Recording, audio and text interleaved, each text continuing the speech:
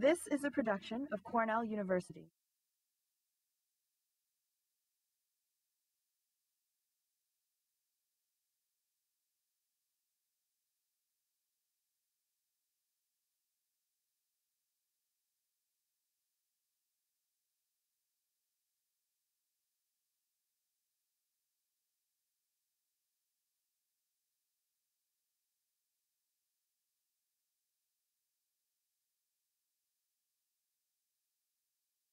Welcome to Open Mic for Mike. We wanted to provide an opportunity for all Mike Abrams' many friends and fans and well-wishers to speak on the occasion of his 100th birthday. And we are recording the whole event so that Mike can watch it after he's recovered from the weekend's festivities. And we can all watch it too because it'll be posted online. So we have a lot of people who've signed up to speak. We've asked everyone to speak for no more than 5 minutes. We do have to be done by 2:30 at the latest so that we can all move over to Goldwyn Smith for the fourth dimension of a poem. If we should run out of time before everyone's had a chance, we'll find a way to record everybody so that they can be part of this, this gift to Mike Abrams. I should also say that we have a physical guest book outside, and we're inviting anyone who wants to leave a message there. There's also an online guest book on the college website for this event, so you can leave messages there as well. But we're looking forward to hearing actual people speaking to us, speaking today. Let me just observe that the centenary of M.H. Abrams is an occasion that Cornell would be observing under any circumstances, but under the present circumstances, with Mike here, full of energy and wit, and with his newest book hot off the press, this is a truly joyful occasion. So thank you all for being here and for taking part in this celebration. So I will read the names of participants in the order that we have them on the sign-up sheet. Please come up when you hear your name and say your piece. And we will start with Daniel Fogel.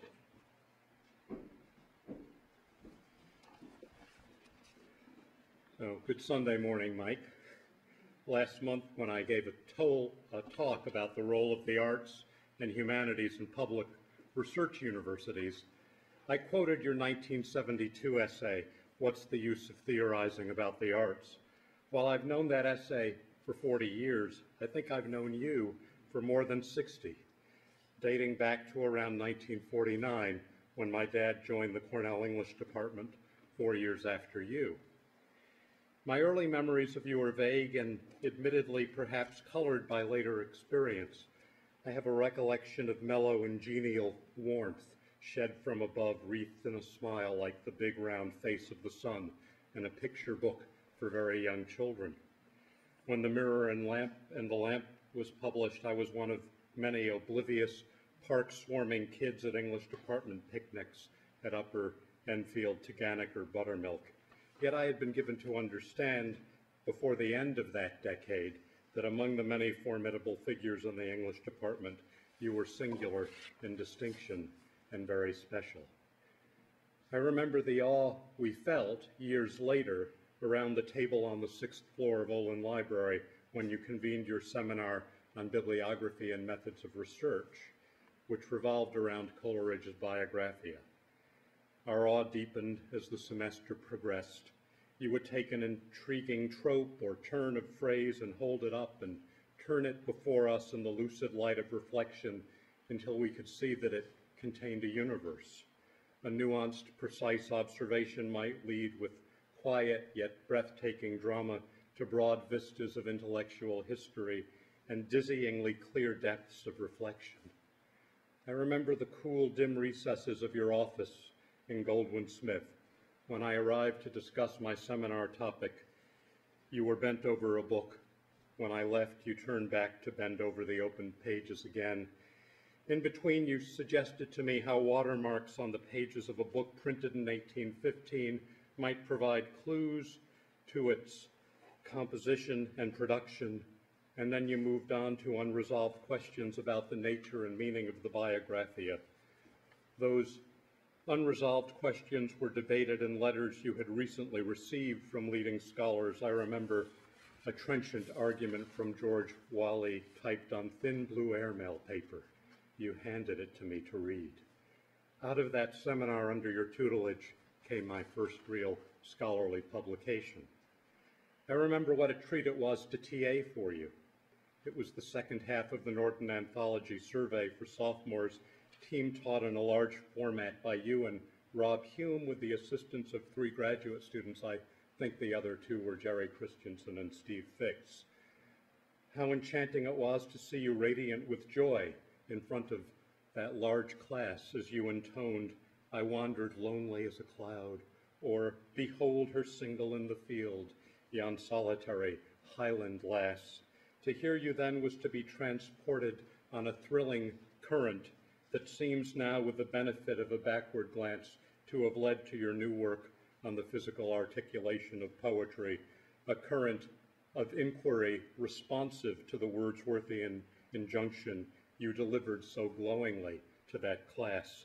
Oh, listen, for the veil profound is overflowing with the sound. When I took my orals, you asked for the first and last lines of poem after poem. Later, I learned that you did that with other students too.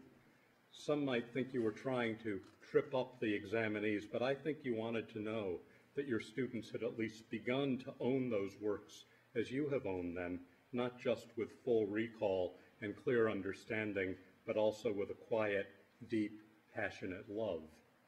That love shines through the mirror and the lamp and natural supernaturalism as you draw on the details of literary history to open out a very big picture, elucidating and compelling and profoundly humanistic ways the changing and reigning paradigms for representing and understanding the complexities of human experience, thought, and feeling in literary texts.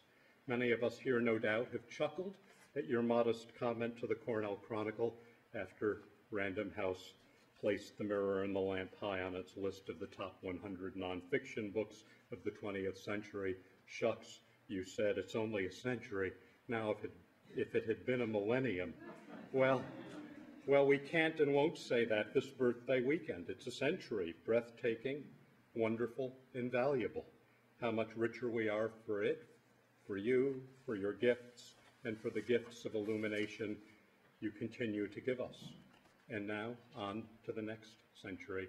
Thank you, Mike, and happy, happy birthday.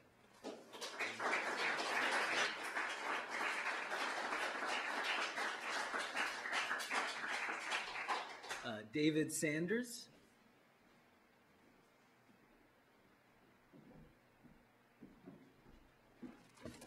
Hi, everybody. I'm David Sanders. I was a graduate student here. Well, I'm a Cornell PhD in English in 1974, grad student in residence during the 60s. Conclude what you will from that. I had a couple of seminars with Mike Abrams. They were memorable. And to describe the effect of being with such a modest, great scholar for such experiences would be impossible. But I would like to mention 2 phrases that I have had many occasions to think about. The first was a warning, an ironic warning that aging scholars need to be wary about hardening of the categories. The other I have had occasion to use in exhorting my students in over 40 years of teaching. The idea that a good critic must cultivate a keen eye for the obvious, which of course flips, turns obvious in various ways. How easy it is to overlook what matters when it's right in front of us. I've chosen to recite 2 poems from Robert Frost, whose own emphasis on the sound of poetry.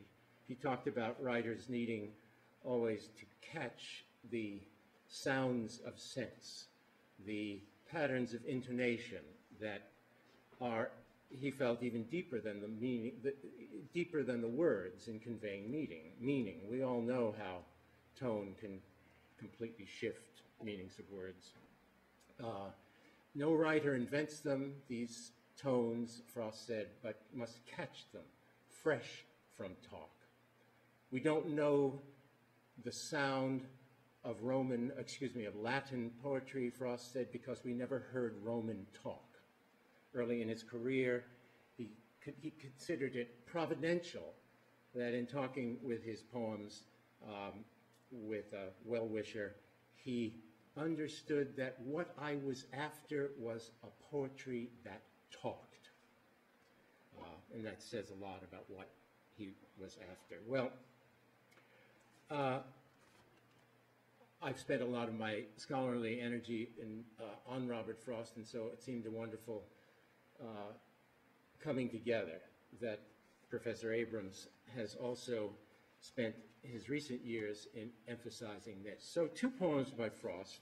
One is particularly relevant to this midsummer season. It's called The Ovenbird. It's a sonnet. If you know a little ornithology, if you don't, it's helpful to understand that this ovenbird is notable for the fact that it's rarely seen, but often heard because it perches high up in the woods, has a very loud and harsh voice, often rendered as teacher, teacher, teacher. I don't think I've ever seen one, but I have heard it. And the other notable fact for the poem is that it persists in its harsh vocalizing much later than other birds in the season. So when they stop their nesting in spring, this bird sings well into summer. The ovenbird. There is a singer everyone has heard, loud, a midsummer and a midwood bird, who makes the solid tree trunk sound again. He says that leaves are old, and that for flowers midsummer is to spring as 1 to 10. He says the early petal fall is past, when pear and cherry bloom went down in showers, on sunny days a moment overcast. Then comes that other fall we name the fall. He says the highway dust is over all. The bird would cease and be as other birds, but that he knows in singing not to sing. The question that he frames in all but words is what to make of a diminished thing. The other poem looks forward for us to fall, and I feel its appropriateness to Mike Abrams because it's about continual reaching. It's different. The speaker of this poem says, I'm overtired of the great harvest, I'm a self-desired. Obviously, that is not the story of M.H. Abrams, but it's nonetheless a poem whose beauty is worthy of a work of scholarship as beautiful, as a life of scholarship as beautiful as his. After apple picking.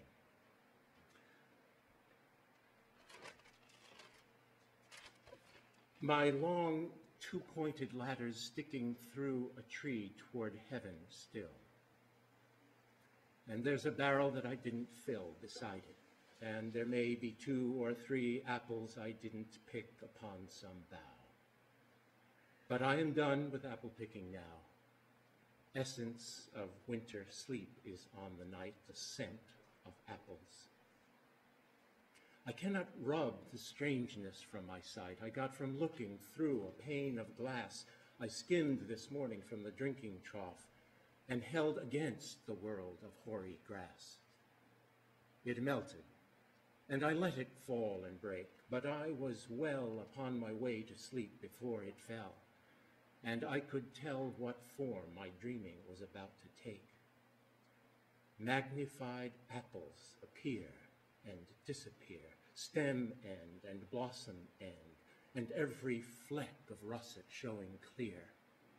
My instep arch not only keeps the ache, it keeps the pressure of a ladder round. I feel the ladder sway as the boughs bend. And I keep hearing from the cellar bin the rumbling sound of load on load of apples coming in. For I have had,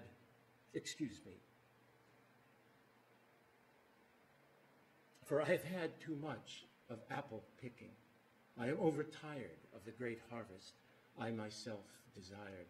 There were 10,000 fruit to touch, cherish in hand, lift down, and not let fall. For all that touched the earth, no matter if not bruised or spiked with stubble, went surely to the cider apple heap as of no worth. One can see what will trouble this sleep of mine, whatever, as I describe its coming on, whatever sleep it is. The woodchuck, were he not gone, could say whether it's like his long sleep as I describe its coming on, or just some human sleep. Thank you.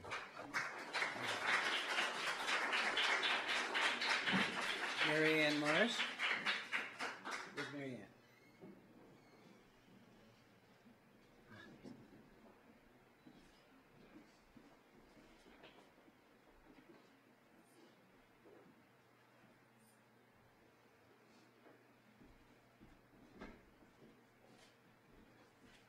Mike, when I started working here 30 years ago, you were already retired. When I retire, you'll probably still be working. When we were planning this weekend celebration, I was reflecting on how important it is to read poetry aloud. Since many of us have gotten to the point where the S's and the popped P's elude our aging ears, I thought we should call the event on reading poetry loud. Roger thought better of that. And in retrospect, it's probably a little smart-alecky for such a distinguished gentleman as yourself. Instead, I'll sing you an altered version of Cornell's Alma Mater. The Alma Mater. Far above Cayuga's waters, we've all had a hike up the slope and past the lives. Here we hail dear Mike, always searching for the meaning, stanza, line, and sound. O'er the hills, across the oceans, your brilliance spread world round. Happy birthday.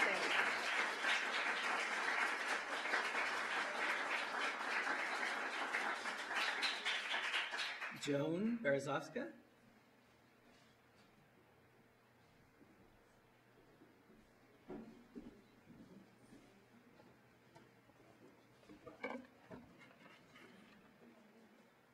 To a great age.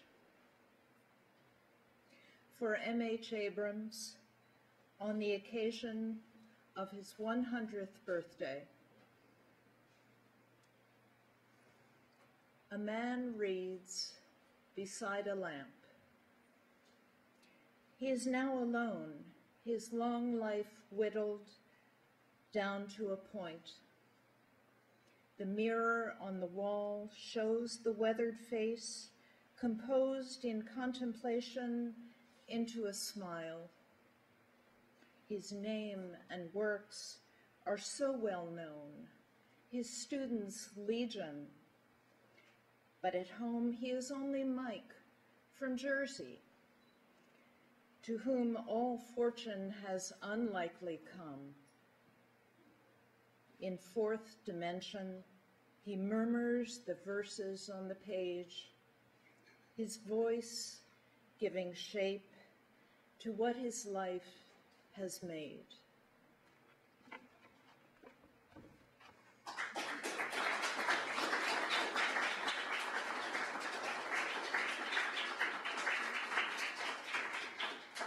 Patrice Lockard Anthony.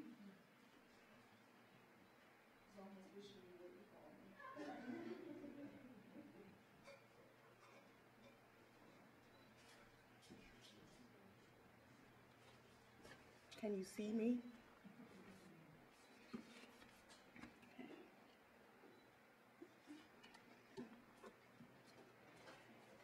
I'm going to read one piece I've written. It is Hip Hop Meets Beatnik Generation, Knocking on Modernity's Door. Circles under my eyes, over my sweet caramel beauty rides in glorious hives. Anxiety, frustration, rage, inevitable as we deliver our lives into the hands of the ignominious charmers, wannabe leaders of exaggerated self-import, seeking control over others' souls, ignoring the glaring falseness of acting whole while running on empty. Where do we turn seeking self when for so long we've left our souls on the shelves?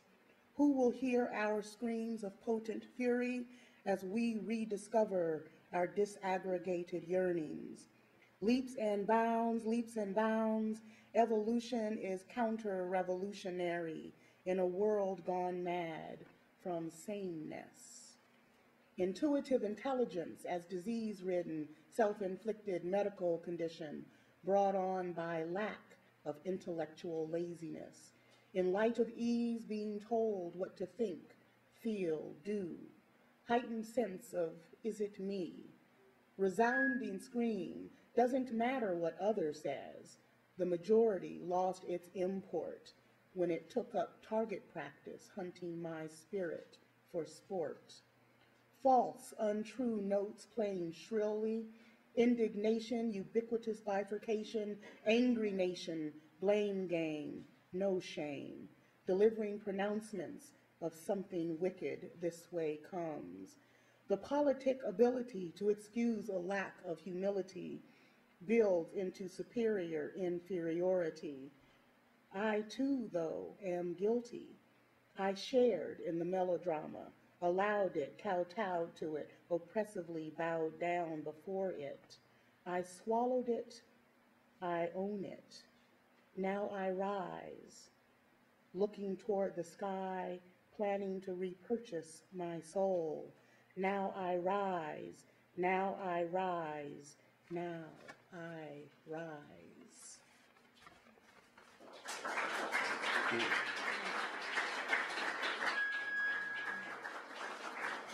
So a couple of remarks. I learned to read early. I was considered precocious. I just thought of myself as curious. I picked up my first Norton anthology when I was 12 years old. That was 40 years ago in 1972. Who knew that in 2012 I'd be meeting and knowing and loving the editor of those. I was living in England then and studying on an Air Force base school. My dad was career Air Force.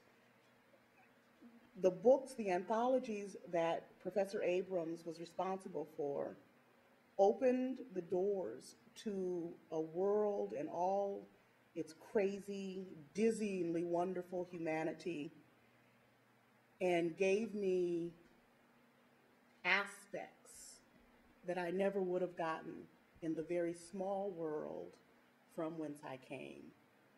So I am forever grateful for his work. I thank you and I honor you, Professor Abrams, and a very happy 100th birthday to you.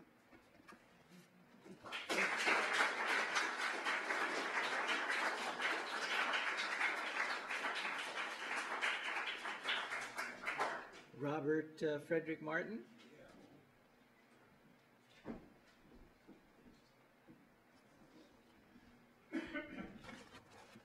Well, I got to know Mike as an undergraduate in two respects. One, I was an English major, and I think I took 4 courses from him, including lucking out and getting into his small group session in the General English Survey course.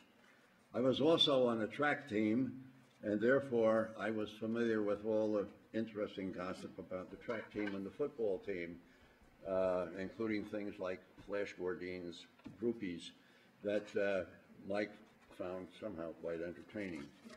But like most of the people in this room, or many people in this room, I owe to Mike Abrams a real serious appreciation of the value of reading aloud. I'm going to share, I hope, 4 poems with you from a work in progress, which is a collection of poems by 4 people named Martin, me and my 3 daughters. And the opening poem is my oldest daughter, Stephanie's review of my performance reading aloud. Read on throughout the night. We sat for hours listening. When at last no more poems could we find to read for children, my father claimed, we sat in silence, listening to the movements in the streets.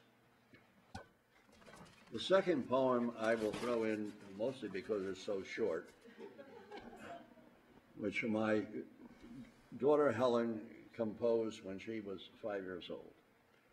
When fishes dance on the sand, they dance with blue hats and fall down. The problem with a poem, with a performance like that is it sets an awfully high standard for the rest of your life. One of my fondest memories of Mike in my undergraduate days was the lecture he delivered at the May 1954 annual banquet of Book and Bowl, which had the title, The Striptease as a Literary Motif, which was a hilarious, basically hilarious performance, but also, had it been printed, which unfortunately it wasn't, it would have had footnotes. In the spirit of the striptease as a literary motif, I wish to share a poem that was inspired by a date I had with a co-ed back in 1954. The Passage of Innocence in the 1950s, that is. In a park, not yet dark, her blouse on the seat, her bra on the gear shift. You're beautiful, I said. No lie, it was true. Hold her close, kiss her breast. My shirt up on the dashboard. Hold her close, oh so close. Kiss her mouth, kiss her breasts. Soft caress, oh soft, soft, soft caress. We're beautiful, she sighs, half-closed eyes, glistening lips. Oh my God, another car. 5, 6 guys, 10, 12 beers, bat and ball, here their shears. Scramble, shambles, buttons, hooks. Where's the sleeve? Inside out, upside down, backwards, forwards. Forget the bra, it'll never hook. Wish she didn't wear one. Thank God she's covered. Upside down, or rather wrong side out, the label shows. Start her up, spin wheels, rush off. New sheltered spot. All harnessed up, tucked in, smooth down, secure. Don't ever ask me to do that again. I did. She did. Never mind. She was right. We were beautiful. And lest you think that I spend all my time writing such frivolity, I will end with something that's more serious and for which I actually even have music. This is called Storm. The sea, the northeast wind, the rain, beat, beat, beat, illumined by the soft, the solitary harmony of grays, their gray, grave task, their building on building, rebuilding, grit by shard of shell and grain of sand, the soft sand beaches, the soft and shingling beaches of these islands, islands of our earth. A man walks alone, walks leaving no tracks, leaving no more tracks than sandpipers, sandpipers chasing the waves, back to the sea. And thank you, Meyer Howard Abrams, for vastly enriching my life these last 61 years.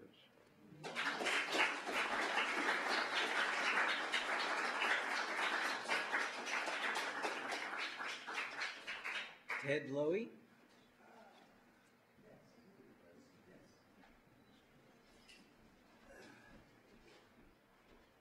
First, I'd like to observe that almost nobody came with red. What's the matter with you guys? That's already a oh, well, all right. There are a few ties up there. Good. That makes me feel a little better. And I'm taking you back into keeping those sworn out. I'd also like to take you away from poetry because I'm very, very bad at it. I tried it with my children, and I even tried helping them with their children, my children doing that too, and I was a failure in all matters. And as a consequence, I went for political science. I got a bigger laugh. I've often said that way.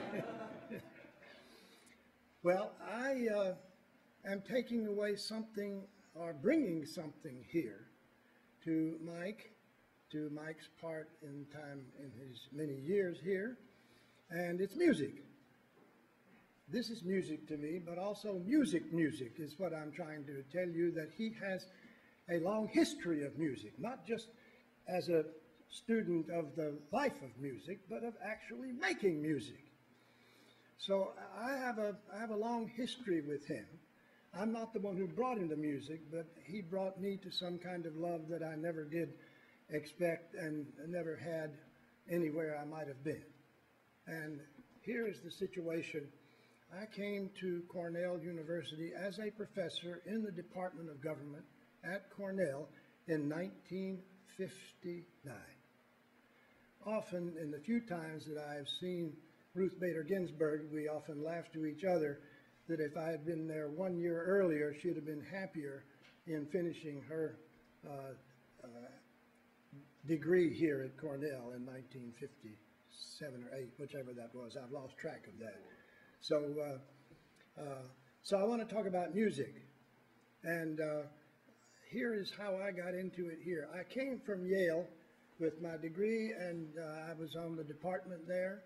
And for a while in those few first days in the fall, I was looking around for some music. I'm an oboe player. I'm not an oboist, I'm an oboe player.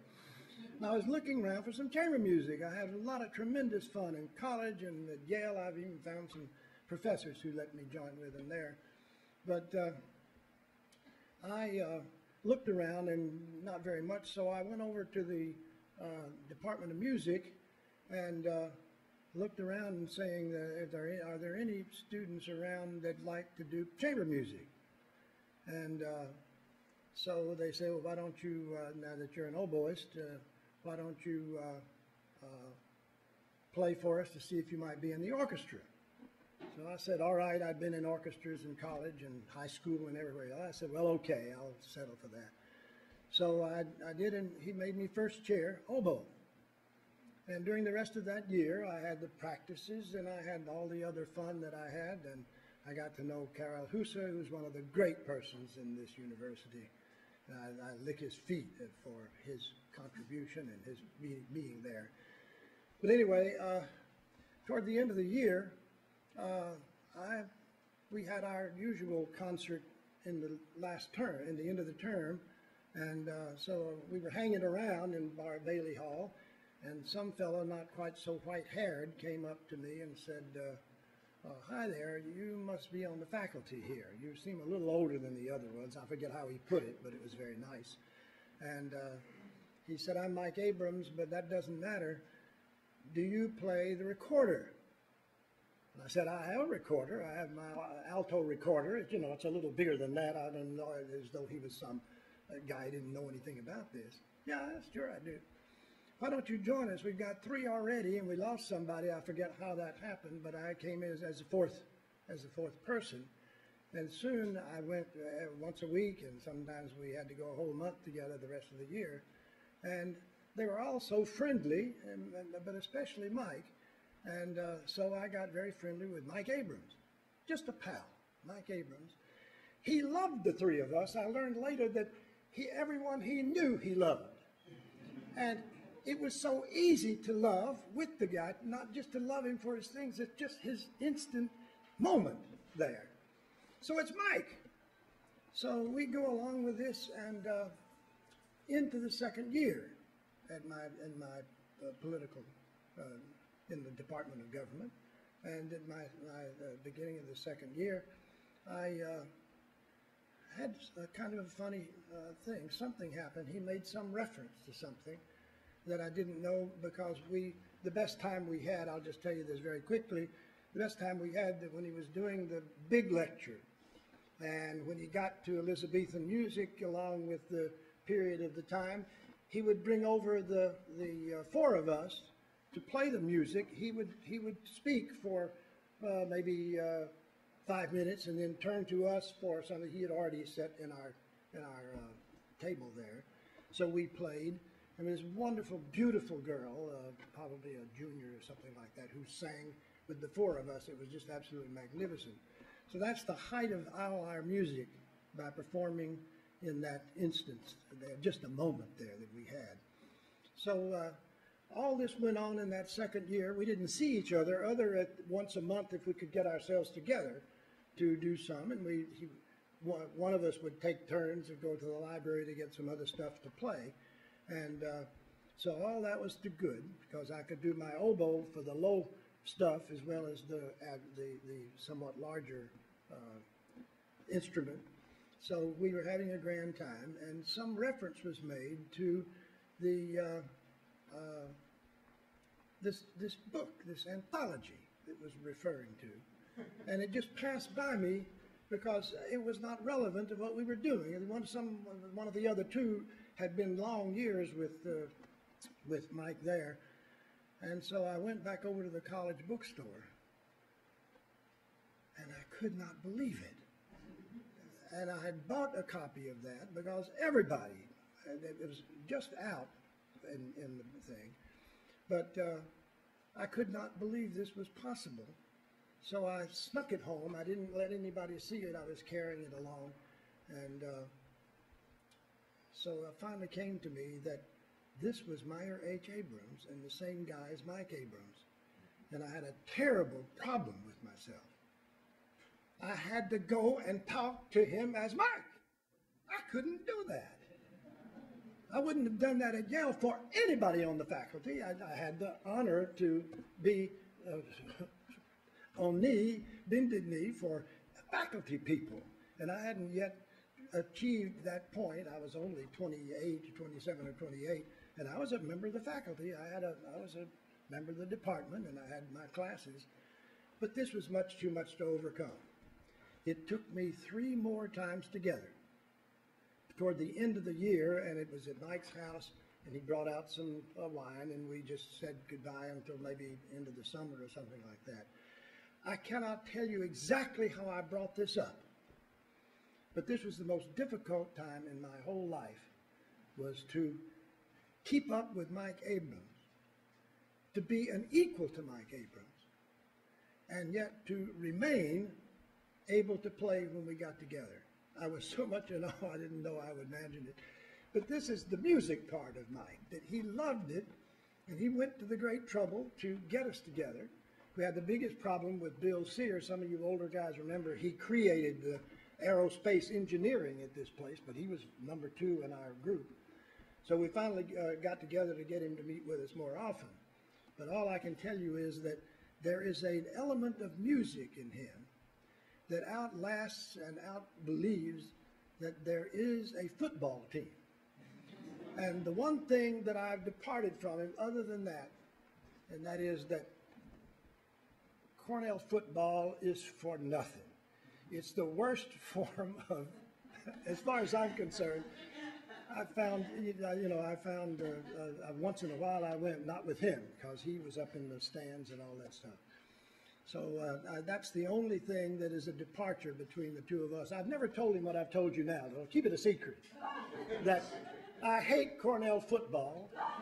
I love everything else about Cornell, but please don't tell him I told you so. Oh, God.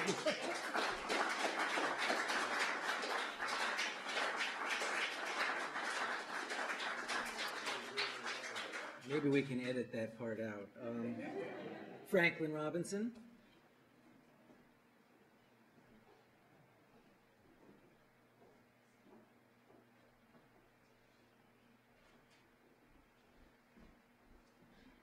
Happy birthday, Mike. Mike, you were the very first person to welcome me to Cornell, something which meant so much to me and to Margaret, and we send you our best. Since you are such an open and welcoming person, I thought I would read several classic Japanese haiku outside your usual field, but I know you're open to them and to their beauty. They're mostly by Basho or by one or another of his followers. Following the Japanese custom, I'll read each haiku twice. They are so short and so packed with meaning, they need it. No one speaks. Host, guest, white chrysanthemums. No one speaks. Host, guest, white chrysanthemums. Harvesting radishes, he points the way with a radish. Harvesting radishes, he points the way with a radish. Two farewells, one for those who go, one for those who stay. Two farewells, one for those who go, one for those who stay. The morning breeze ripples the fur of the caterpillar. The morning breeze ripples the fur of the caterpillar. Alone, silently, the bamboo shoot becomes a bamboo. Alone, silently, the bamboo shoot becomes a bamboo. In the crack of an old wall, a pregnant spider. In the crack of an old wall, a pregnant spider. Slowly, slowly, a bee staggers out of the peony. Slowly, slowly, a bee staggers out of the peony. Spring passes. Birds will weep, while on the eyes of fish are tears. Spring passes. Birds will weep, while in the eyes of fish are tears. The world of dew is a world of dew, and yet, the world of dew is a world of dew, and yet,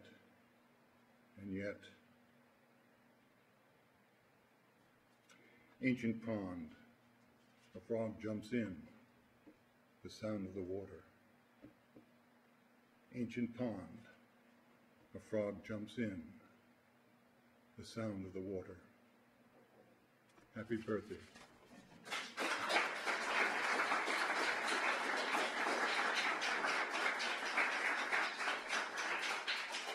Mary Jacobus.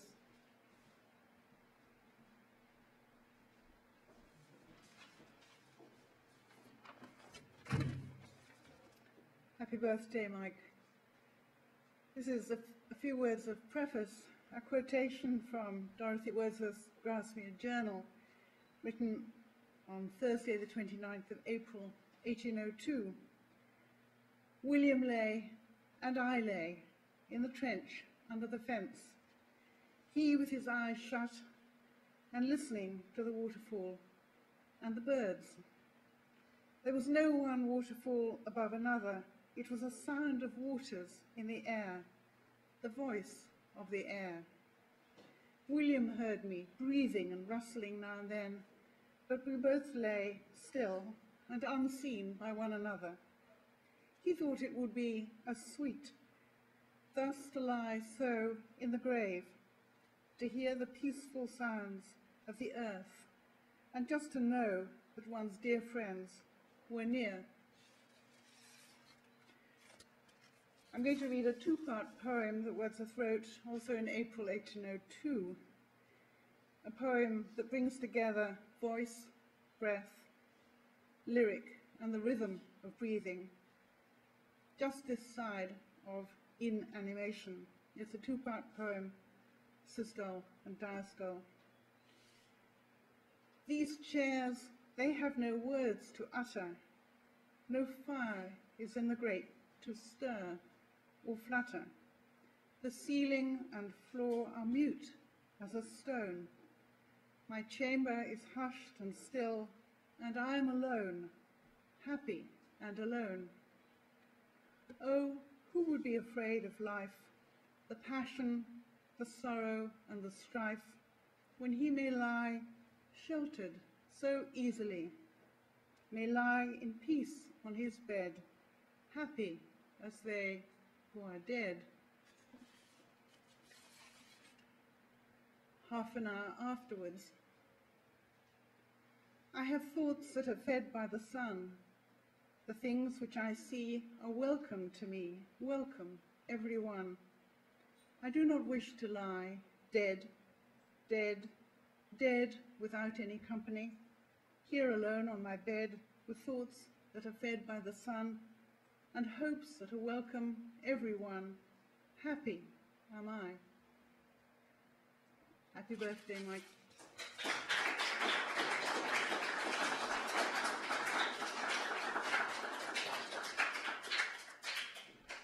Felicia Petici is here. Ah.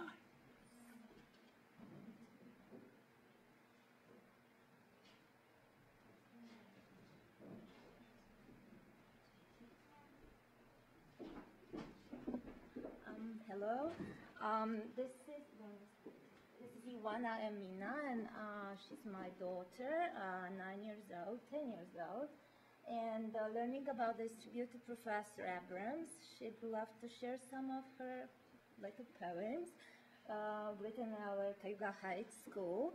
And since she doesn't seem to get her full courage to read it, I will have to do so.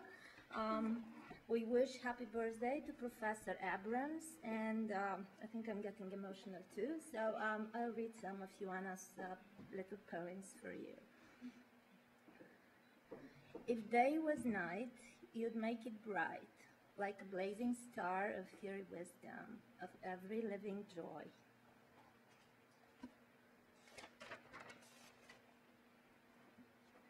A second poem, it's called The Earth. The earth is filled with twists and twines, crisscross lines, wavery roots, trees tall, but some do fall. Flowers are like a bursting rainbow of color. Would you like to relax? Okay. Wind. The wind is more than you think. It is special. Picks up leaves, brushes the snow away, swipes your fears, with it dries your tears, leaves you and your joyful memories to savor the joy.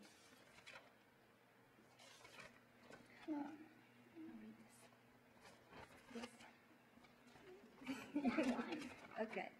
Comet. Push. The comet races by, past a star in the sky. I peer out of my window of dreams, into a land so bright and happy, like I'd never seen before, with one dear comet which holds my land of my dreams, my land of dreams. Fire. Yes. That one. Which on the cocoon? Secrets. The earth holds secrets that not even the ancient Abrams would ever recall, like the dinosaur's fall or the caveman's empire. when the great volcano fire, the scarlet skies may also hold deeper secrets than ever we know, we know. This one, I want to. And maybe one last one. Starline.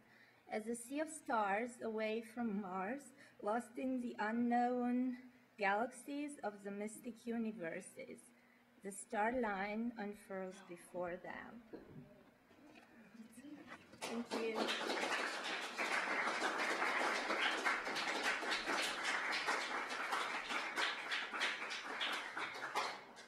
Joni Mikowski.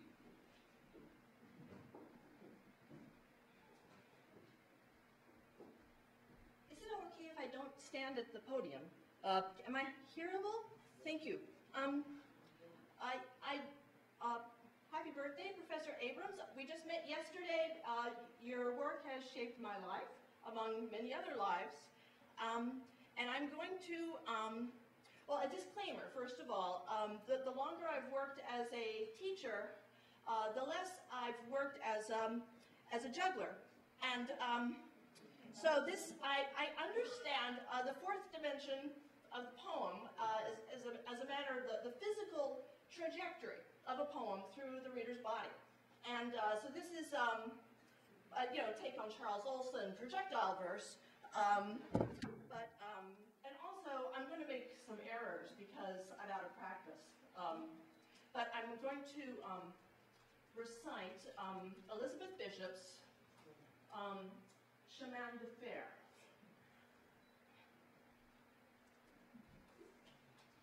Alone on the railroad track, I wanted to say also that it's possible that this is really more like Hiram Corson and the organ, you know, an insubordinate method of reciting a poem. But yeah, or it's like part poetry, part football. Oh, there's my drop.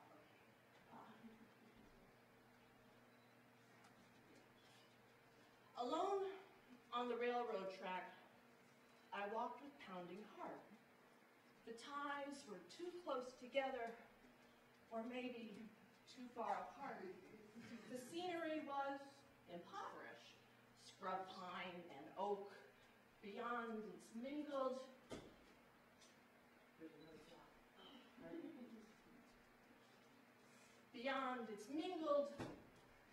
was a little better this morning, excuse me. The scenery was impoverished, scrub pine and oak. Beyond its mingled gray-green foliage, I saw the little pond where the dirty hermit lived, lie like an old tear. There's a joke that jugglers do, is that you do a trick, and then you do the trick in front of people, and then you do the trick with your mouth closed. Okay. I saw the little pond where the dirty hermit lived, lie like an old tear, holding onto its injuries lucidly, year after year. The hermit shot off his shotgun. The tree by his cabin shook. Across the pond went a ripple. The pan went shook, shook. Love must be put into action, cried the old hermit. Across the pond an echo tried and tried to confirm it.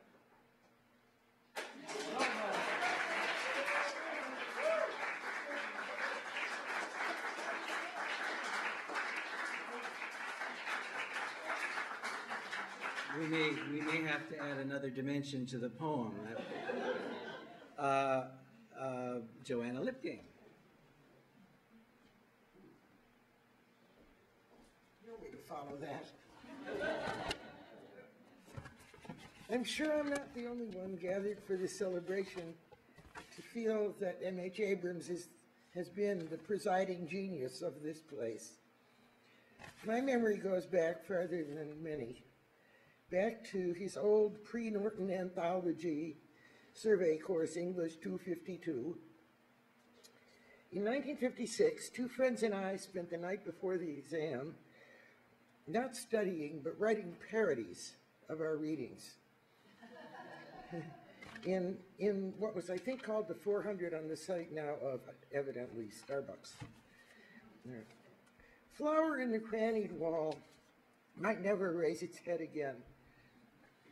But the next day in Goldwin Smith B, the identifications were all unknown passages. Who wrote this and why? We were brilliantly prepared. So I wish for all English students the fun and interest of writing that exam.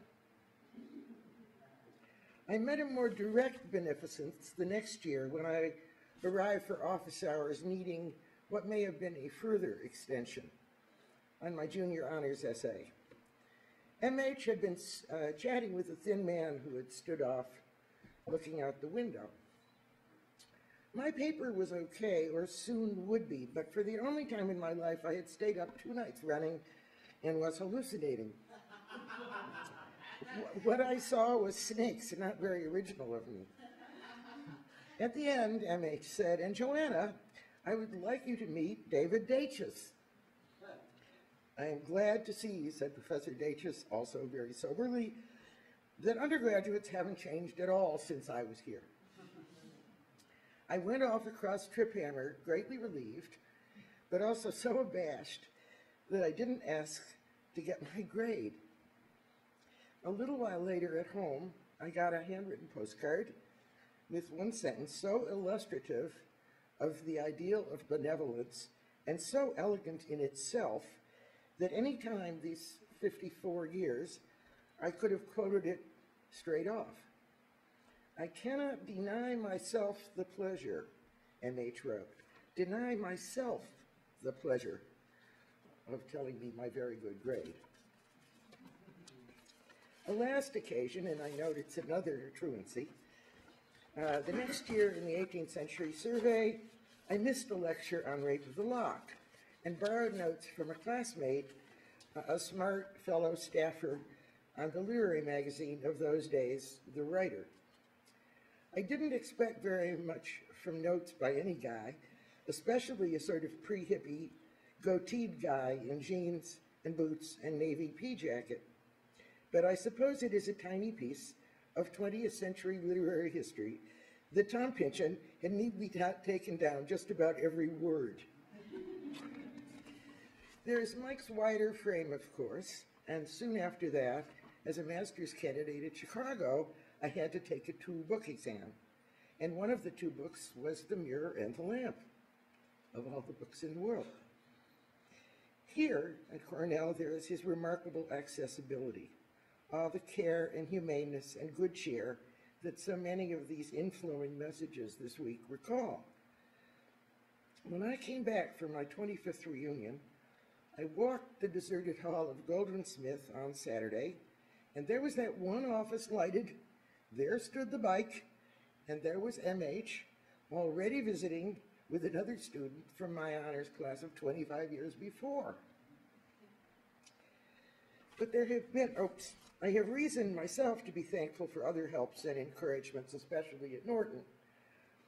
And since the genius of place, the genius loci, is a garden figure, sometimes pictured with a cornucopia, I want to take this occasion for introducing the God's plenty that was MH's flourishing asparagus bush. I had to get that in. But there have been no epic battles, and so far as I can see, scarcely any quarrels at all to speak of. Isn't there really a mystery to MH? Don't we see in him some miracle of temperament or of sanity? Or a remarkably happy and lucky meeting and meshing of a genius and a place? At any rate, unlike Alexander Pope, we don't need clamor about a lock. If there was, perhaps somewhere in the sky, a convocation of the gods, they seem to have peaceably decided that it is justice, it is poetically right for a head so active still, so equable always, to keep its hair. MH, you probably deserve even more hair than you have, and when I am a sylph again, I'll look into it.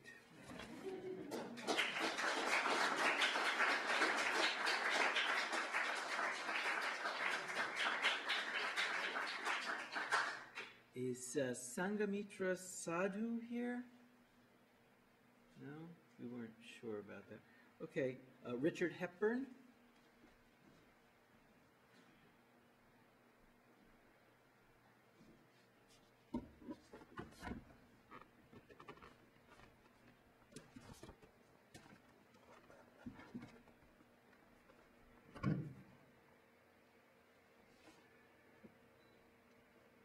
This year, our daughter mailed my wife and me this poem, The Measuring Worm. It seemed to us to sum up our lives in many ways. We offer it to you, Mike, on your birthday, in honor of poets like you and Richard Wilbur, both New Jerseyites in your early lives. Richard Wilbur, my 2 children, and I all graduated from Montclair High School in New Jersey. We, like you, Mike, enjoy the view across the lake, but we look eastward from Eco Village to see the Jenny McGraw Tower, which my father loved, having graduated from Cornell in 1925.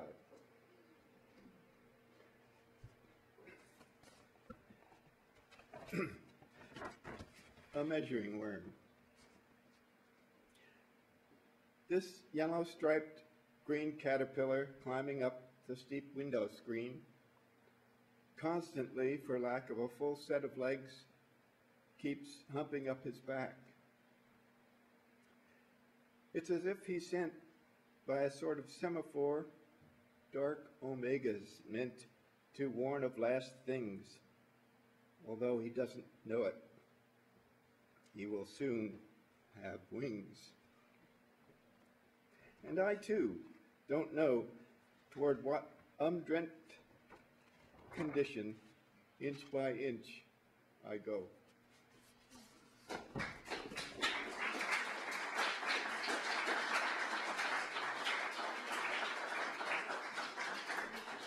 Reeve Parker?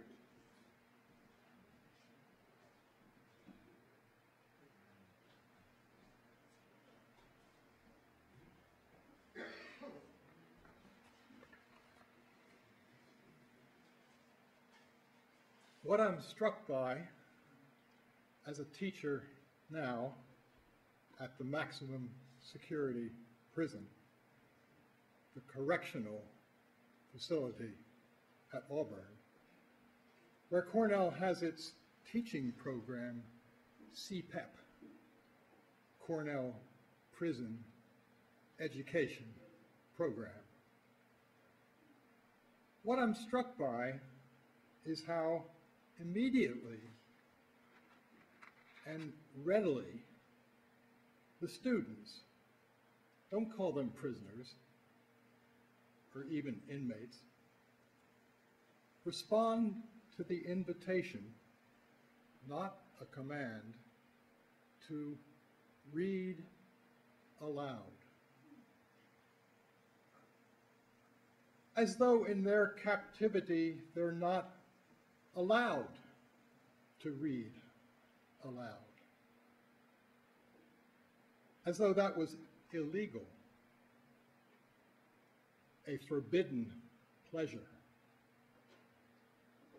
And I learned so much from them, from hearing them, that for many moments in each class, I, their teacher, remained silent while the convicts assert their right to converse with or read aloud to each other.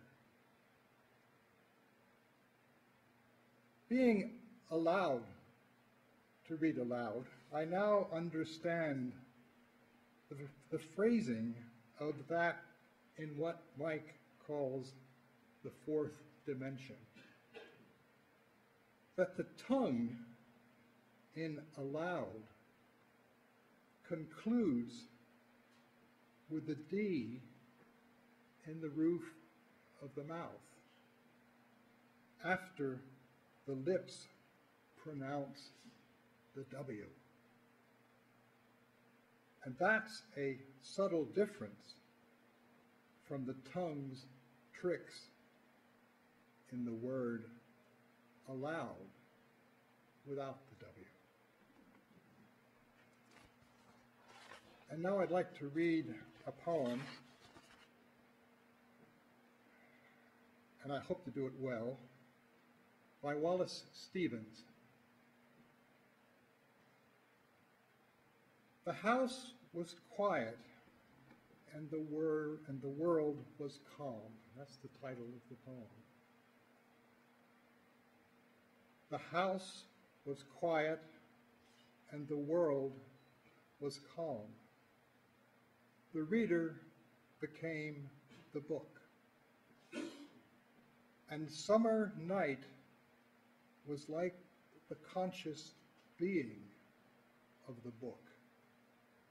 The house was quiet, and the world was calm.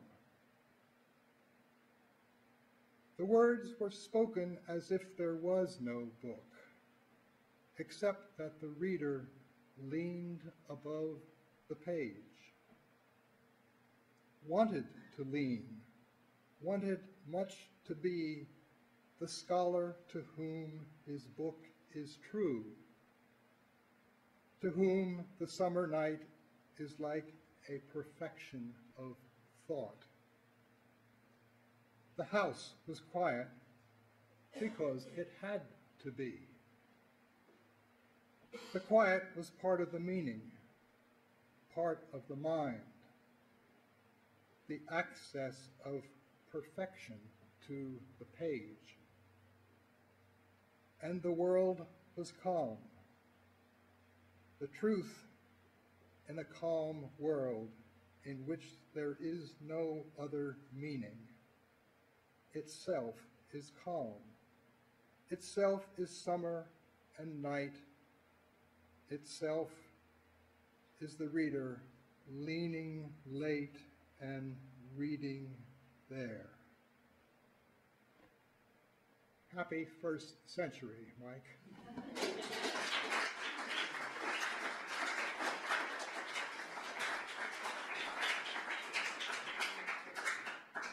Afshin Pedram.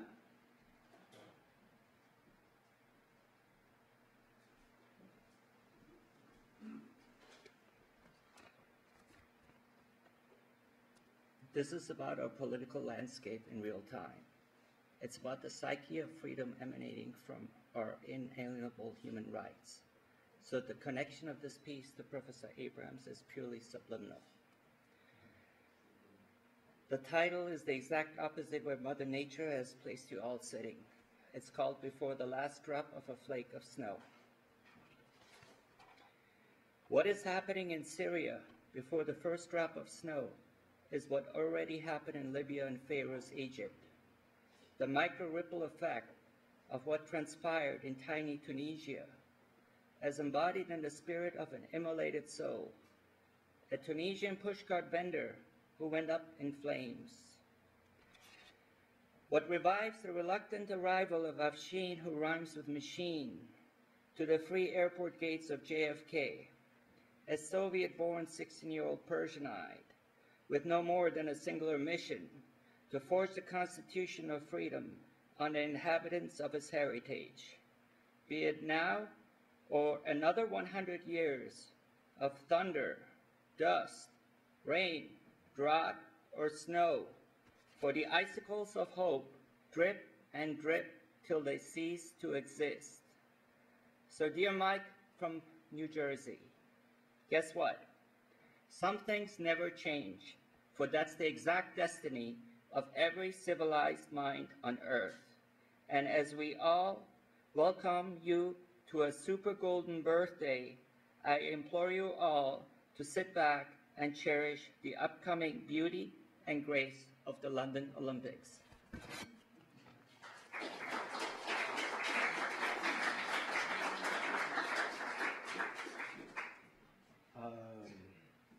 Neil Hertz.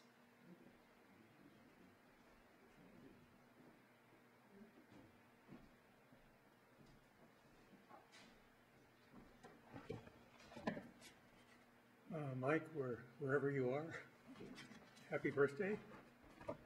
Thanks for 51 years of friendship and for saving my bacon in 1966. This is a poem by Kenneth Cope, written in the 1990s.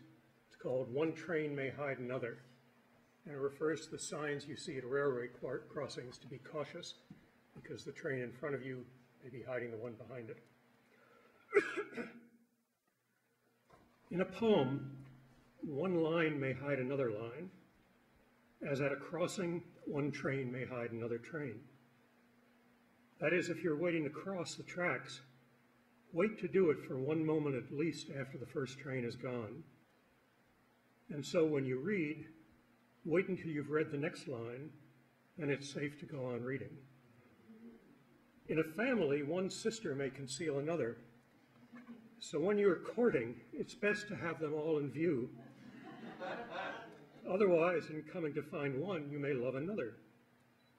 One father or one brother may hide the man, if you're a woman, whom you've been waiting to love. So always standing in front of something, the other, as words stand in front of objects, feelings, and ideas. One wish may hide another. One person's reputation may hide the reputation of another. One dog may conceal another on a lawn, so if you escape the first, you're not entirely safe. One lilac may hide another, and then a lot of lilacs. And on the Appia Antica, one tomb may hide a number of other tombs. In love, one reproach may hide another. One small complaint may hide a great one. One injustice may hide another. One colonial may hide another. One blaring red uniform another, and another, a whole column. One bath may hide another bath, as when after bathing, one walks out into the rain. One idea may hide another. Life is simple, hide life is incredibly complex. As in the prose of Gertrude Stein, one sentence hides another and is another as well. And in the laboratory, one invention may hide another invention. One evening may hide another. One shadow, a nest of shadows. One dark red, or one blue, or one purple. This is a painting by someone after Matisse. One waits at the tracks until they pass, these hidden doubles, or sometimes likenesses. One identical twin may hide the other, and there may be even more in there. The obstetrician gazes at the valley of the Var. We used to live there, my wife and I. But one life hid another life, and now she's gone and I'm here. A vivacious mother hides a gawky daughter. The daughter hides her own vivacious daughter in turn. They're in a railway station, and the daughter is holding a bag bigger than her mother's bag and successfully hides it. In offering to pick up the daughter's bag, one finds oneself confronted by the mother's and has to carry that one too. So one hitchhiker may deliberately hide another, and one cup of coffee another too, until one is overexcited. One love may hide another love or the same love, as when I love you suddenly rings false, and one discovers the better love lingering behind, as when I'm full of doubts hides I'm certain about something, and it is that. And one dream may hide another, as is well known always too. In the Garden of Eden, Adam and Eve may hide the real Adam and Eve. Jerusalem may hide another Jerusalem. When you come to something, stop to let it pass so you can see what else is there. At home, no matter where, internal tracks pose dangers too. One memory certainly hides another, that being what memory is all about. The eternal reverse succession of contemplated entities. Reading A Sentimental Journey, look around when you've finished for Tristram Shandy to see if it's standing there. It should be, stronger and more profound and therefore hidden, as theretofore hidden as Santa Maria Maggiore may be hidden by similar churches outside Rome. One sidewalk may hide another, as when you're asleep there, and one song may hide another. A pounding upstairs hide the beating of drums. One friend may hide another. You sit at the foot of a tree with one, and when you get up to leave, there's another whom you'd have preferred to sit and talk with all along. One teacher, one doctor, one ecstasy, one illness, one woman, one man may hide another. Pause to let the first one pass. You think now it's safe to cross, and you're hit by the next one. It can be important to have waited at least a moment to see what was already there.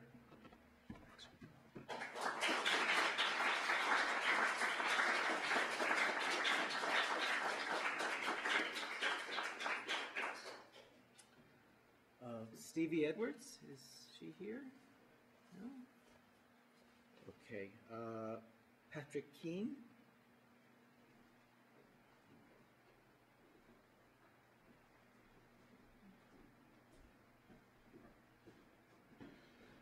Sitting here and listening, I've been wishing I prepared a poem, and I didn't. But one fourth dimension example from Keats did pop into my mind. Not the goddess with her hair soft lifted by the winnowing wind, or Porphyro's basket with the dainties tinked with cinnamon, but the opening of the Melancholy Ode. No, no, go not to Lethe, neither twist wolf's bane tight-rooted for its poisonous wine, nor suffer thy pale forehead to be kissed by nightshade, ruby grape of Proserpine. I mean, there's a fourth dimension mouthful. Unfortunately, it reminded me of a limerick. I love Keats, as I'm sure everyone in the room does, and I wrote a limerick many years ago, and unfortunately it popped into my mind. It's a little sentimental, but it's only a few lines.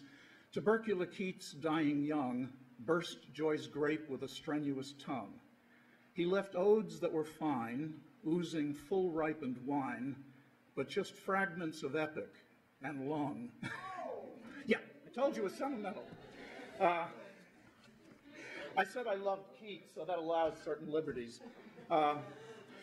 20 years ago, and oh God, I scared somebody there. He did die. 20 years ago, when M.H. Abrams was gracious enough to accept an honorary degree to come up to Lemoyne, I wrote the citation, which was, of course, a labor of admiration and love, and deep gratitude personally. I described him as the preeminent literary historian of our time, a genial champion of a humanism under siege, and a mentor who had been a lucid guide and benign influence in modern literary criticism and romantic scholarship. I noted that The Mirror and the Lamp, with its wonderful Yeatsian title, and his definitive essays on romanticism, had shaped our understanding of the spirit of that age, its critical orientation, and its literary forms. Back then, of course, we were in the very heyday of squabbling theoretical isms, and so I added that amid the cacophony of contemporary criticism, his had been consistently a sane and humane voice, describing, critiquing, and clarifying. I reserve the highest praise for Abrams' masterpiece, Jonathan Culler, I'll have to disagree with, Natural Supernaturalism. It wasn't the occasion then, though it might be now, to say that that book has affected virtually everything I have thought, written, and published since it initially struck me like a thunderbolt in 1971. What I said instead was some other cliches, but here's the book. It's a little like the Dorian Gray. This thing is falling to pieces, and Mike Abrams appears to be ageless, but I'm going to get him to sign this thing today. I said then was that the book had long determined the direction of subsequent studies of the interaction of history, thought, and imagery in the age of the French Revolution. For 20 years, I said, now it's 40 years, that volume has remained a monumental landmark in romantic studies, orienting even those who veer from it. And in those issues of critical inquiry back in the mid-70s, 76, 77 or so, which were devoted to responses to natural supernaturalism, one grudging critic, I remember, claimed that he could have written as penetrating and capacious a study of romanticism as Abrams had by emphasizing quite other writers and motifs. And I've never forgotten Wayne Booth's devastating two-word riposte, "Go try."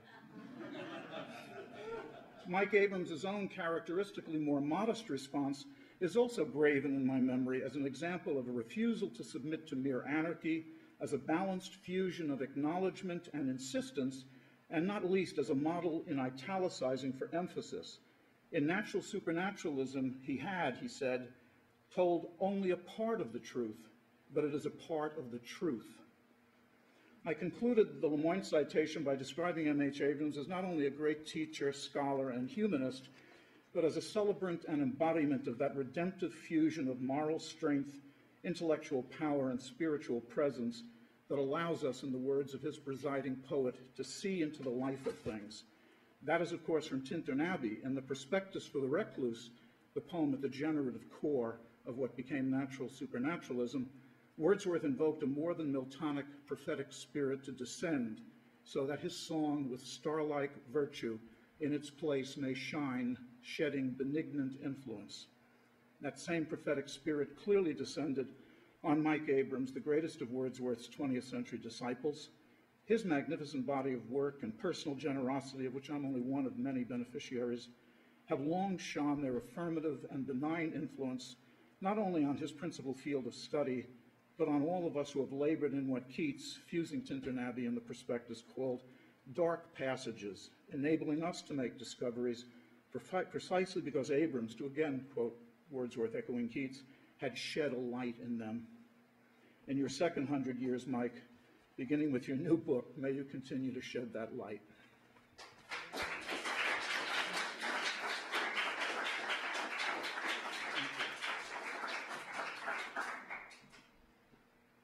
Carol Rubenstein.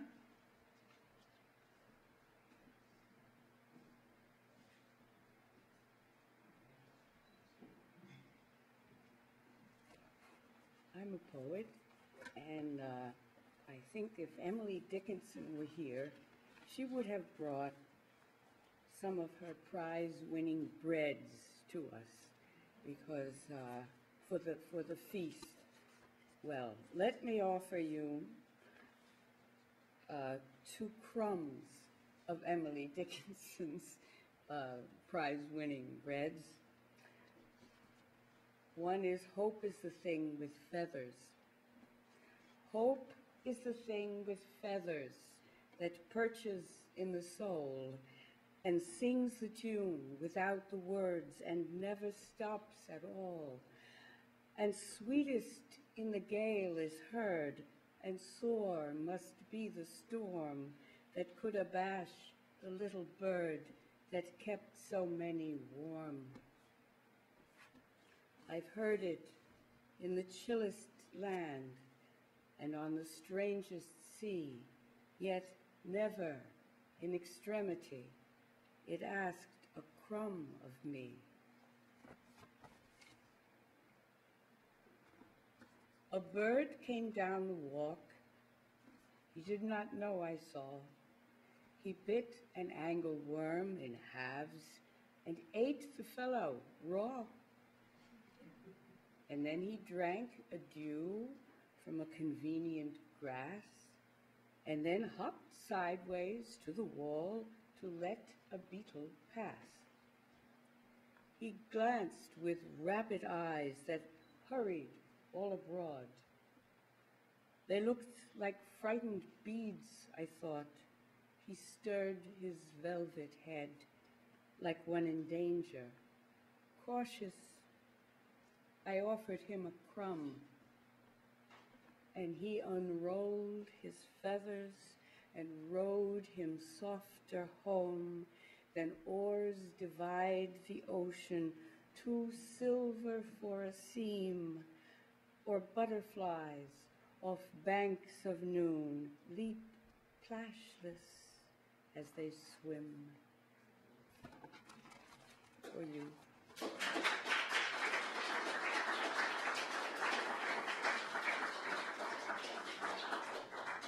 I think we may be hearing that last poem again later today. Is there anybody, we're a little ahead of schedule, and I thought I would ask if there's anybody who didn't sign up who'd like to just speak very, very briefly. Sure, Bob, and then I don't know your name back there, but...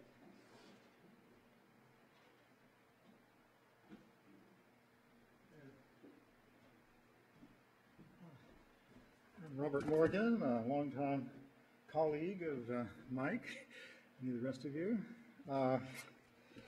I wasn't able to get here until just now, so I don't know which poems have been read, actually. But Mike and I, is Mike here? He's not here? Anyway, I'll tell a couple of anecdotes.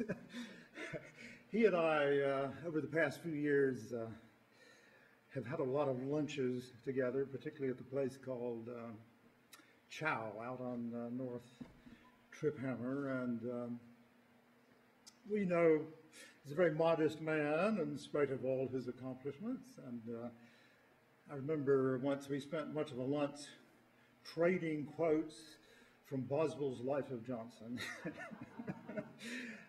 And I said at one point, well, you know, a lot of what I know about Johnson comes from Walter Jackson Bates' biography.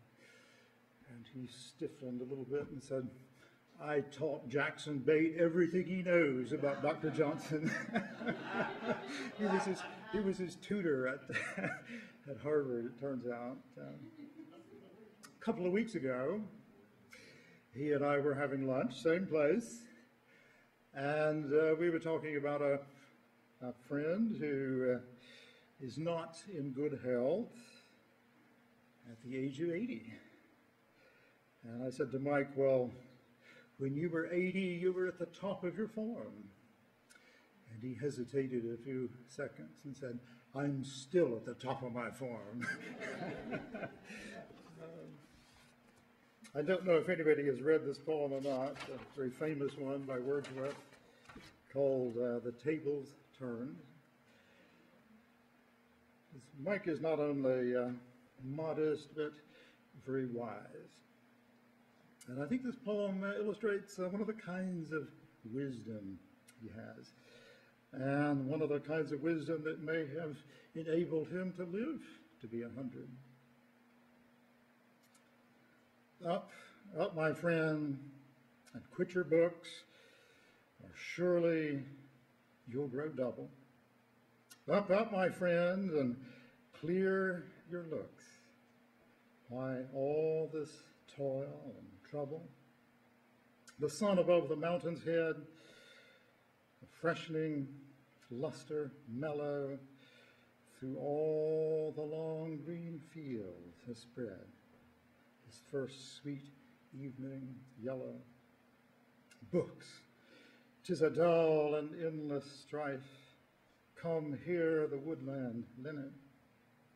How sweet is music on my life. There's more of wisdom in it, and hark, how blithe the throstle sings. He too is no mean preacher. Come forth into the light of things. Let nature be your teacher. She has a world of ready wealth, our minds and hearts to bless. Spontaneous wisdom breathed by health, truth breathed by cheerfulness. One impulse in a vernal wood may teach you more of man, of moral evil and of good, than all the sages can. Sweet is the lore which nature brings. Our meddling intellect misshapes the beauteous forms of things. We murder to dissect. Enough of science and of art. Close up those barren leaves. Come forth and bring with you a heart that watches and receives. Thank you.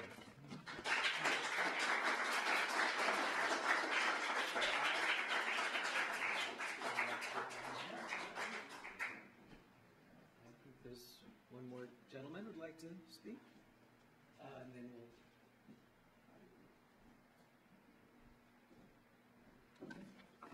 Good afternoon, thank you. My name is Michael Vincent Crea. I graduated from the Ag School in 1977.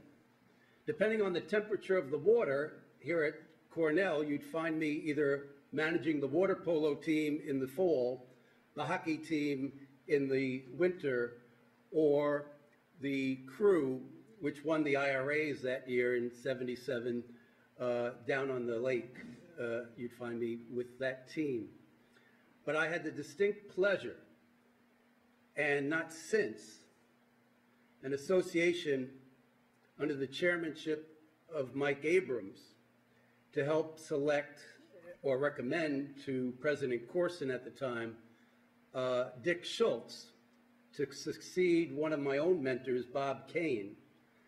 Along with Bob, Ben Mintz, who was our Director of Sports Information, himself a national recognized sports information director, gave me a question to use at the time of our interview, and it was directed toward Tom Matte, who was a former Baltimore Colt quarterback.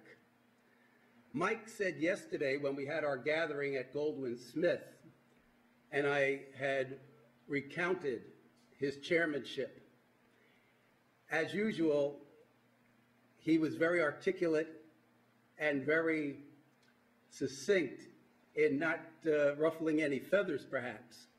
But he brought out 3 points, if I can remember them. One was what he loved about Cornell athletics was not as much as he wanted to win. He loved it because it was local. He loved it because you could see and meet the players. And he loved Cornell athletics because it just embraced the whole community. That's what he did with the alumni. And I said to him afterwards, perhaps he wouldn't be able to chair today because so erudite and articulate a person would never have a pregnant pause, but he certainly would light his pipe when he needed a moment to think. And in today's society, one might not be able to do that. I come here with a very released heart because of this event. People have been telling me now for several years to write, to write, to write. In 7th grade, I actually won a 2nd place prize back on Staten Island. But when I left Cornell, and today I'm not a victim, I'm not a survivor, but I'm a violated reviver. I was assaulted in a seminary. And it took 10 years to get my degree. It took 10 years since 2002 when Boston broke to stand up again and to even confront Benedict at the Vatican, where veracity seems to be something they don't have the capacity for. And I did not know about this event until I was shopping over at the PNC Market and I saw the Ithaca Times with Mike's picture on it. So I'm not only delighted to celebrate his life, his love, but I don't seek sympathy, and he wouldn't expect it. I seek that liberty that sets us free. And so this frees me up today to share with you just 2 selections. One is called Eternal Ecstasy. And it came as this not so young, not so old dog growing young, learning the computer and technology, put my beloved companion's name in after losing all of his music when I lost the contents of a storage. And I found his work, which he had copyrighted, is down in the Library of Congress. So this one, in that discovery and finding my heart's heart, came out. Eternal ecstasy.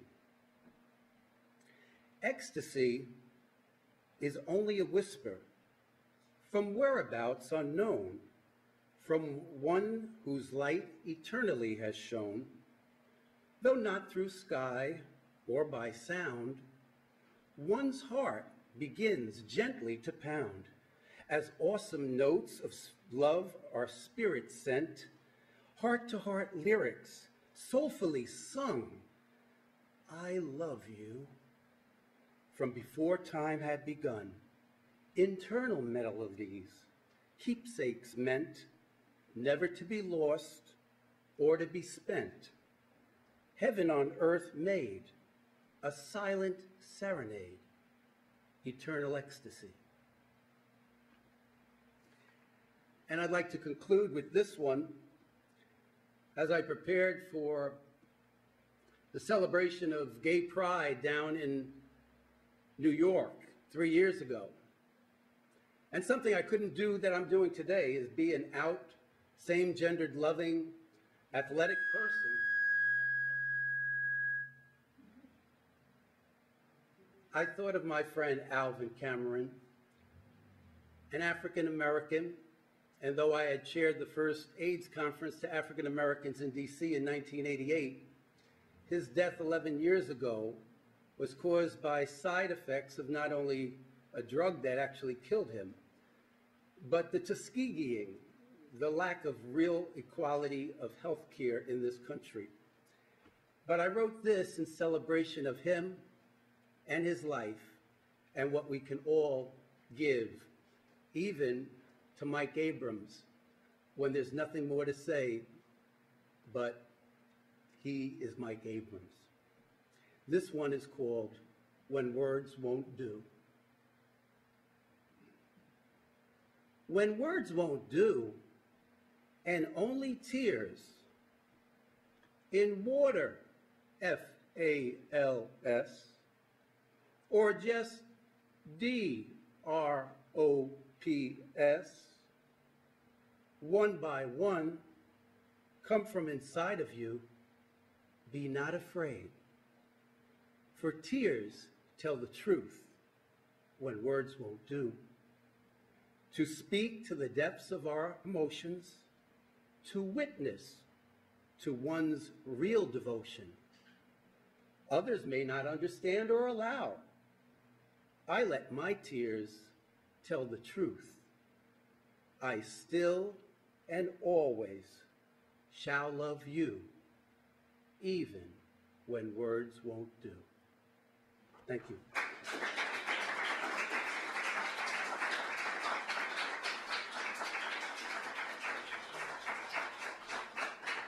Well, I think I'm going to give the last word to Tim Murray, who has something to share with us.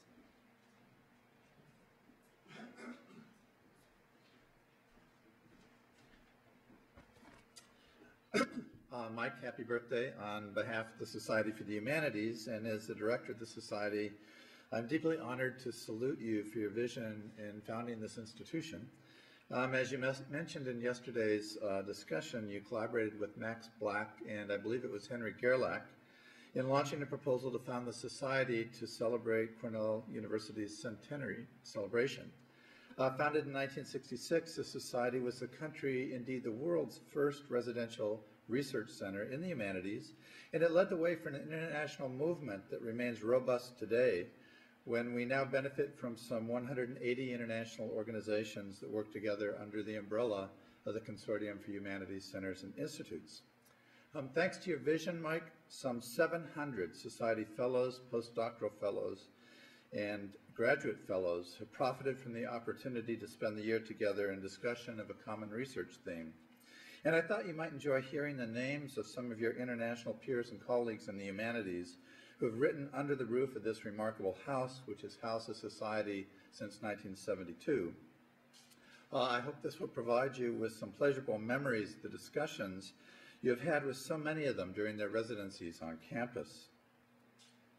Just to name a few, you could have been joined by Harold Bloom today, Francis Yates, Northrop Frye, Victor Turner, D.P. Walker, Hubert Damisch, Renee Wellexer, Edmund Leach, Terry Eagleton, Stephen Greenblatt, Jacques Ravel, Michel de Certeau, Anthony Appia, Gayatri Chakravorty Spivak, Carlos Fuentes, Bole Shoyenka, Samuel Delaney, Gloria Naylor, Lynn Hunt, Chantal Mouffe, Kobina Mercer, Laura Move, Judith Butler, and Kojin Karatani, in addition to the some 680 other fellows and faculty members who have joined us here. It's difficult to assess the tsunami effect of publications and professional leadership that's flowed out of the Society. And in a recent internal review, for example, I discovered that our fellows published 61 monographs in the humanities between the years of only 2004 and 2010. So I'd like to celebrate this occasion of your centenary by adding you to those selected prestigious colleagues who have precious spaces and objects in the 80 White House named in honor of their recognition of their contributions to the humanities at Cornell. I can't think of a better salute to honor you, Mike, as the founding editor of the Norton Anthology, than for the Society to refurbish the marvelous antique tiered bookcase that bears the names of so many writers celebrated by their inclusion in the Norton Anthology, such as Wordsworth, Longfellow, Milton, Shakespeare, and some 20 other greats. You might remember this twirling bookcase, which I had hoped to put here, but when we went to move it this morning, we realized that in its 130 years, it's much more feeble than you are. As the bookcase that for so many years stood near the front of the Gerlach room, usually kind of over here, many of us had an occasion to read it as we were bored during lectures, and I'm sure you might have done the same at one point or another. And it's now positioned more safely in the adjacent seminar room at the front of the building. Testifying to this building's long roots in the humanities, it was brought in 1870 from Germany by Cornell's first president, A.D. White, to be positioned in his home, which was the A.D. White House initially. And it will bear, once we refurbish it, it will bear this inscription. The M.H. Abrams bookcase honors the 100th birthday of M.H. Abrams, Emeritus Professor of English, founding editor of the Norton Anthology of English Literature, and co-founder of the Cornell University Society for the Humanities. So very, very happy birthday, Mike.